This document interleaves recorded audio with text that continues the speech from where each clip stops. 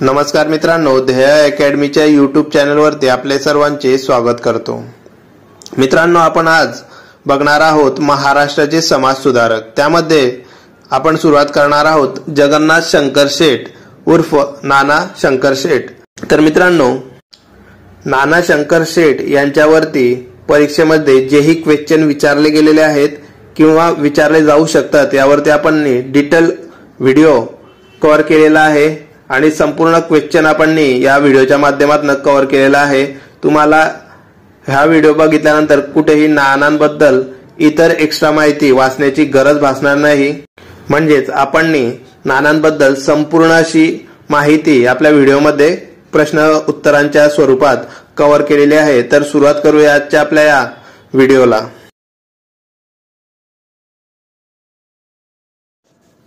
आपला पहिला क्वेश्चन आहे, नाना शंकर शेठ यांचे संपूर्ण नाव काय आहे? तर नाना शंकर शेठ यांचे संपूर्ण नाव आहे जगन्नाथ शंकर शेठ मुरकुटे। तर मित्रांनो, मुरकुटे हे त्यांचे आडनाव आहे। हे आपण विशेष करून लक्षात ठेवावे, जेणेकरून भरपूर प्रश्नपत्रिकामध्ये समाज सुधारकांचे आडनावही विचारले गेलेले आहेत, मूळ गाव त्यांचे जन्मगावही विचारले गेलेले आहेत। त्याच्यामुळे संपूर्ण माहिती आपण लक्षात ठेवली पाहिजे। मुरकुटे हे त्यांचे आडनाव आहे। आपला नेक्स्ट क्वेश्चन आहे, नाना शंकर शेठ यांचा जन्म कोणत्या साली झाला? तर नानांचा जन्म 10 फेब्रुवारी 1803 मध्ये झालेला आहे। आपला नेक्स्ट क्वेश्चन आहे, नाना शंकर शेठ यांचे मूळ गाव कोणते? तर नाना शंकर शेठ यांचे मूळ गाव आहे मुरबाड, जिल्हा ठाणे। आपला नेक्स्ट क्वेश्चन आहे, नाना शंकर शेठ यांचे जन्मगाव कोणते? तर मुरबाड, जिल्हा ठाणे हेच त्यांचे जन्मगावही आहे आणि मूळ गावही आहे। आपला नेक्स्ट क्वेश्चन आहे, नाना शंकर शेठ यांना मुंबईचे काय म्हणून ओळखले जात होते? तर नाना शंकर शेठ यांना मुंबईचे शिल्पकार म्हणून ओळखले जात होते। अतिशय महत्त्वाचा प्रश्न आहे, बऱ्याचशा प्रश्नपत्रिकेमध्ये येऊन गेलेला प्रश्न आहे। आपला नेक्स्ट क्वेश्चन आहे, जगन्नाथ शंकर शेठ यांच्यावर प्रभाव कोणाचा होता? मित्रांनो, अतिशय महत्त्वाचा प्रश्न आहे। बऱ्याचशा समाज सुधारकांना प्रभाव विचारलेला आहे की कोणत्या समाज सुधारकावरती कोणाचा प्रभाव आहे, असे बरेचसे क्वेश्चन आहे आणि यावरतीच मुलं आपला मार्क्स गमावत असतात। त्यामुळे हा प्रश्नही आपण लक्षात ठेवावा। तर जगन्नाथ शंकर शेठ यांच्यावर प्रभाव कोणाचा होता? तर जमशेदजी जिजाभाई यांचा प्रभाव जगन्नाथ शंकर शेठ यांच्यावरती होता। आपला नेक्स्ट क्वेश्चन आहे, 1822 मध्ये मुंबई प्रांताचा गव्हर्नर लॉर्ड एल्फिन्स्टन आणि नाना शंकर शेठ यांच्या सहकार्याने कोणती शाळा सुरू केली? तर 1822 मध्ये जेव्हा मुंबई प्रांताचा गव्हर्नर होता एल्फिन्स्टन आणि नाना यांच्या सहकार्याने शाळा सुरू करण्यात आलेल्या होत्या, तर त्या होत्या हौंद शाळा व शाळा पुस्तक मंडळी। आपला नेक्स्ट क्वेश्चन आहे, हौंद शाळा व शाळा पुस्तक मंडळी यांचे विलीनीकरण कोणत्या सोसायटीमध्ये करण्यात आले? तर हौंद शाळा व शाळा पुस्तक मंडळी यांचे विलीनीकरण बॉम्बे नेटिव्ह एज्युकेशन सोसायटीमध्ये करण्यात आलेले होते। आपला नेक्स्ट क्वेश्चन आहे, बॉम्बे नेटिव्ह एज्युकेशन सोसायटीमध्ये हौंद शाळा व शाळा पुस्तक मंडळीचे विलीनीकरण कोणत्या वर्षी करण्यात आले? तर मित्रांनो, 1824 मध्ये बॉम्बे नेटिव्ह एज्युकेशन सोसायटी यामध्ये हौंद शाळा व शाळा पुस्तक मंडळीचे विलीनीकरण करण्यात आलेले होते 1824 मध्ये। अतिशय महत्त्वाची डेट आहे, लक्षात ठेवा। आपला नेक्स्ट क्वेश्चन आहे, बॉम्बे नेटिव्ह एज्युकेशन सोसायटीची स्थापना मुंबईमध्ये कोणी केली? हाही प्रश्न बऱ्याच वेळा परीक्षेत आलेला आहे। बॉम्बे नेटिव्ह एज्युकेशन सोसायटीची स्थापना मुंबईमध्ये जगन्नाथ शंकर शेठ यांनी केलेली आहे। आपला नेक्स्ट क्वेश्चन आहे, जगन्नाथ शंकर शेठ यांनी त्यांच्या आईच्या स्मरणार्थ कोणते मंदिर उभारले? तर जगन्नाथ शंकर शेठ यांनी त्यांच्या आईच्या स्मरणार्थ भवानी मंदिर आणि धर्मशाळा उभारली होती। तर धर्मशाळा आणि भवानी मंदिर हे गवालिया तलावाजवळ मुंबई येथे उभारण्यात आलेले होते. मुंबईचा पहिला गव्हर्नर एल्फिन्स्टन यांच्या रिटायरमेंट निमित्ताने नानांनी एल्फिन्स्टन फंड जमा करून कोणते कॉलेज उभारले? तर मुंबईचा जो पहिला गव्हर्नर होता एल्फिन्स्टन यांच्या रिटायरमेंट निमित्त नानांनी एल्फिन्स्टन फंड जमा करून एल्फिन्स्टन कॉलेज मुंबईमध्ये उभारलेले होते. आपला नेक्स्ट क्वेश्चन आहे, एल्फिन्स्टन फंड मध्ये नानांनी किती रुपयांची देणगी दिली होती? तर एल्फिन्स्टन फंड मध्ये नानांनी 25,000 रुपयाची देणगी दिलेली होती. त्याचबरोबर एल्फिन्स्टन फंड मध्ये एकूण रक्कम जमा झालेली होती 4,50,000 रुपये. आपला नेक्स्ट क्वेश्चन आहे, एल्फिन्स्टन कॉलेजची निर्मिती कोणत्या वर्षी करण्यात आली? तर एल्फिन्स्टन कॉलेजची निर्मिती 1834 मध्ये करण्यात आलेली होती. आपला नेक्स्ट क्वेश्चन आहे, शैक्षणिक कार्यात वाढ करण्यासाठी 1840 मध्ये कुठले बोर्ड उभारण्यात आले होते? तर शैक्षणिक कार्यात वाढ करण्यासाठी 1840 मध्ये बोर्ड ऑफ एज्युकेशन हे उभारण्यात आलेले होते मुंबईमध्ये. आपला नेक्स्ट क्वेश्चन आहे, ग्रँड मेडिकल कॉलेज मुंबईत कोणाच्या पुढाकाराने उभारण्यात आले? तर मित्रांनो, ग्रँड मेडिकल कॉलेज मुंबईमध्ये जगन्नाथ शंकर शेठ यांच्या पुढाकाराने 1845 मध्ये उभारण्यात आलेले होते. आपला नेक्स्ट क्वेश्चन आहे, ग्रँड मेडिकल कॉलेजमधून मराठीतून वैद्यकीय शिक्षण कोणत्या वर्षापासून देण्यात आले? तर मित्रांनो, ग्रँड मेडिकल कॉलेजमध्ये मराठीतून वैद्यकीय शिक्षण 1861 पासून देण्यात आलेले आहे. आपला नेक्स्ट क्वेश्चन आहे, मुंबई विद्यापीठ 1857 मध्ये स्थापनेमध्ये कोणाचा सहभाग होता? तर मुंबई विद्यापीठ 1857 मध्ये जे स्थापन झालेलं होतं त्यामध्ये जगन्नाथ शंकर शेठ यांचाही सहभाग होता. आपला जो नेक्स्ट क्वेश्चन आहे अतिशय महत्त्वाचा आहे, बऱ्याच वेळा परीक्षेत विचारला गेलेला आहे, त्यावरती जरा फोकस करा मित्रांनो. 1845 मध्ये स्टुडंट लिटररी अँड सायंटिफिक सोसायटीची स्थापना मुंबईत डॉक्टर भाऊदाजी लाड, दादाभाई नौरोजी, विश्वनाथ नारायण मंडलिक यांनी केली.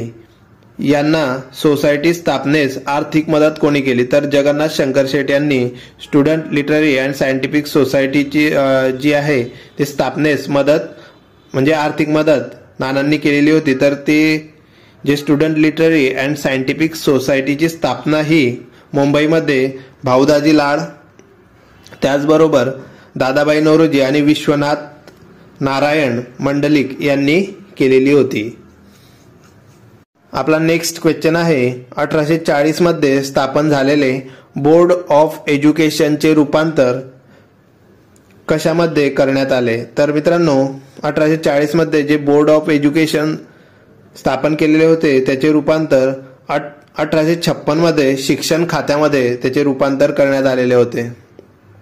आपला नेक्स्ट क्वेश्चन आहे, जनतेचे दुःखे सनदशीर मार्गाने सरकारपुढे मांडण्यासाठी दादाभाई नौरोजी व भाऊदाजी लाड यांच्या सहकार्याने नानांनी 1852 मध्ये कोणत्या संस्थेची स्थापना केली? तर मित्रांनो, अतिशय महत्त्वाचा व्हेरी आयएमपी क्वेश्चन आहे. जनतेचे दुःख सनदशीर मार्गाने सरकारपुढे मांडण्यासाठी दादाभाई नौरोजी आणि भाऊदाजी लाड यांच्या सहकार्याने नानांनी 1852 मध्ये कोणती संस्थेची स्थापना केली? तर बॉम्बे असोसिएशन या संस्थेची स्थापना कोणी केलेली आहे?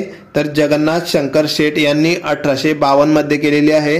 त्याचबरोबर दादाभाई नौरोजी व भाऊदाजी लाड यांच्या सहकार्याने केलेली आहे, हेही तुम्ही लक्षात ठेवावे.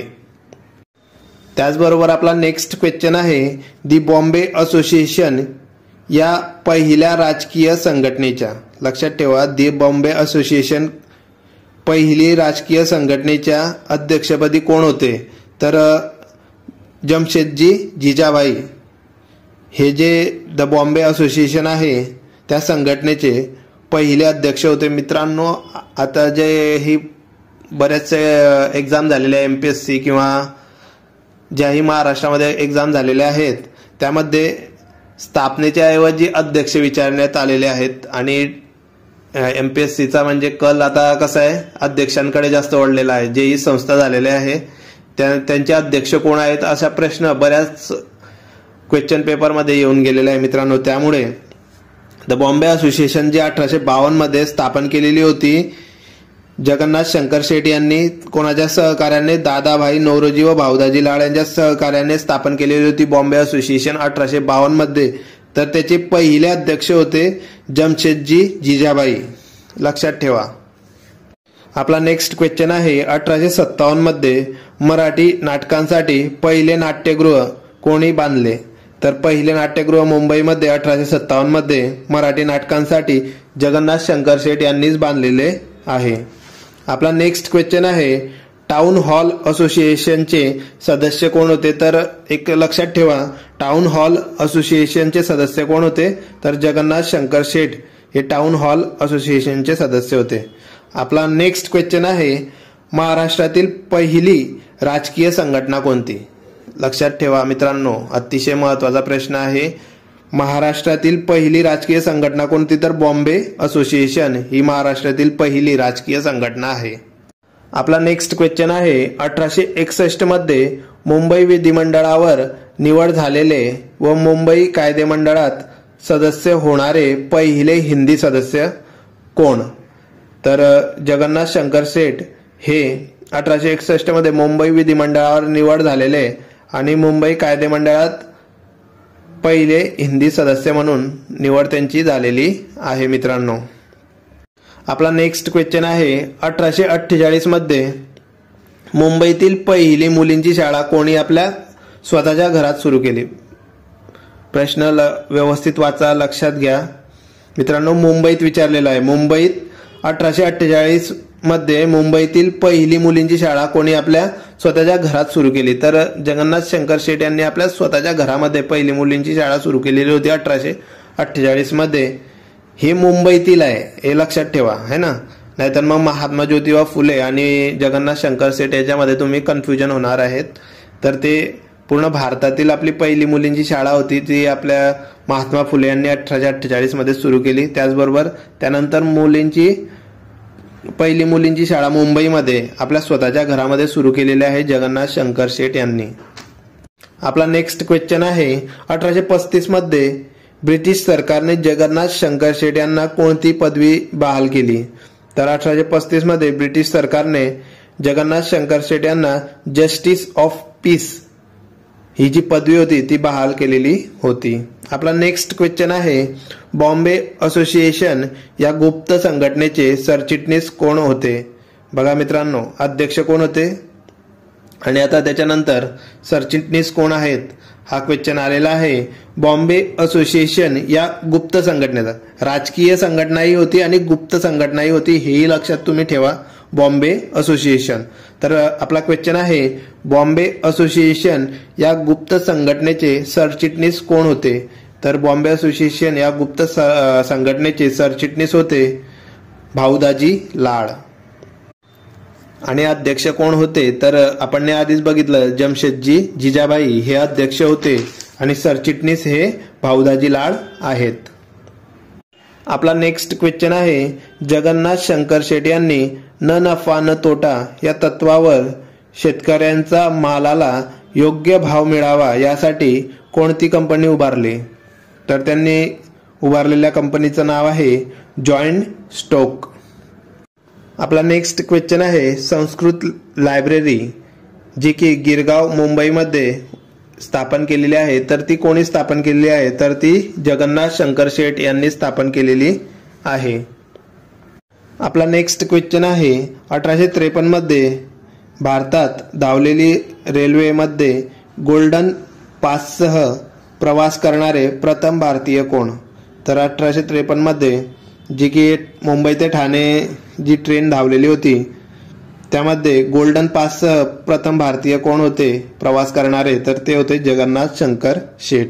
जे की मुंबई ते ठाणे ही ट्रेन धावलेली होती। एकूण 34 किलोमीटर ही ट्रेन धावलेली होती आणि त्याला 3 वाफेचे इंजिन लावलेले होते। तर त्या वाफेच्या इंजिनांचे नावही आपण लक्षात ठेवा मित्रांनो, सिंध, सुलतान आणि साहिब हे 3 वाफेचे इंजिन त्या रेल्वेला लावलेले होते। त्याचबरोबर त्या रेल्वेमध्ये एकूण 400 लोकांनी प्रवास केलेला होता। त्यामधले गोल्डन पाससह प्रवास करणारे प्रथम भारतीय हे जगन्नाथ शंकर शेठ हे होते मित्रांनो।